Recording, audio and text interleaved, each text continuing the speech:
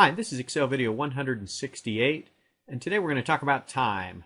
What I want to show you is three things today. The first one is if you need to enter a time in Excel, this time function works just fine, and all it does is say give me an hour, give me the minute, and give me the second, and Excel will convert that to a time.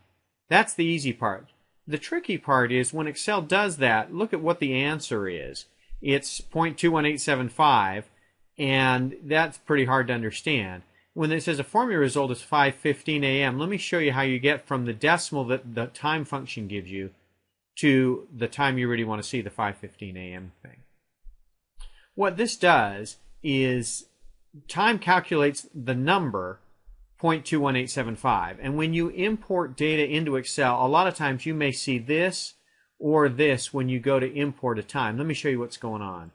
In this case, what Excel is doing, if we come over to the Home tab, it's formatting the time as a date. And the way Excel tracks time is the beginning of time is, in January 1900.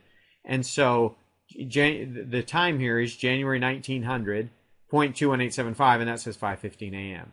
If you change the date format from a date to a time, you'll get what you're looking for.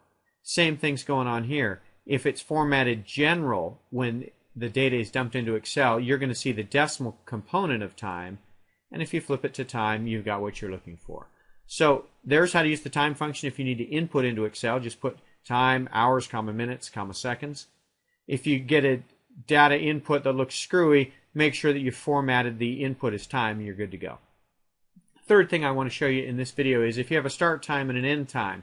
For example, you're worried about how much time the case took in the OR, whether you're on the anesthesia side or the surgical side, you can put in a start time and an end time, and this difference is simply B6 minus A6.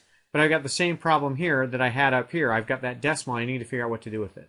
Let me show you two ways you might deal with this decimal time difference between an end time and a start time. First way is I just took B6 minus A6 and I multiplied by 24. What Excel does is they divide 1 into 24 equal increments, and that's how they get time in a decimal format. So you can take this B6 minus A6, multiplied by 24, and you're going to get 1.75 hours. It's not 1 hour and 75 minutes, it's 1.75 hours. And then you kind of got to go back and do the math and say, okay, 3/4 of an hour, that's 45 minutes, and do it that way. The other way you can do it is with this custom format. And what I've got here is the same B6 minus A6, but I went down to more number formats, and I said I want to see hours and minutes, or you could do hours, minutes, seconds if that mattered to you. And with that hours and minutes right here, now it's going to show me an hour and 45 minutes instead of 1.75 or 0.07292 and however many decimals go out after that. That's what I wanted to show you today to kind of introduce the time function. Stay tuned next time. What we're going to do is make it a little more complicated. What if the time has a day attached to it and it goes for over 24 hours, and this number is greater than 1, and then you've got all kinds of screwy things going on. Let me show you how time greater than 24 hours works in the next Excel video. We'll see you then.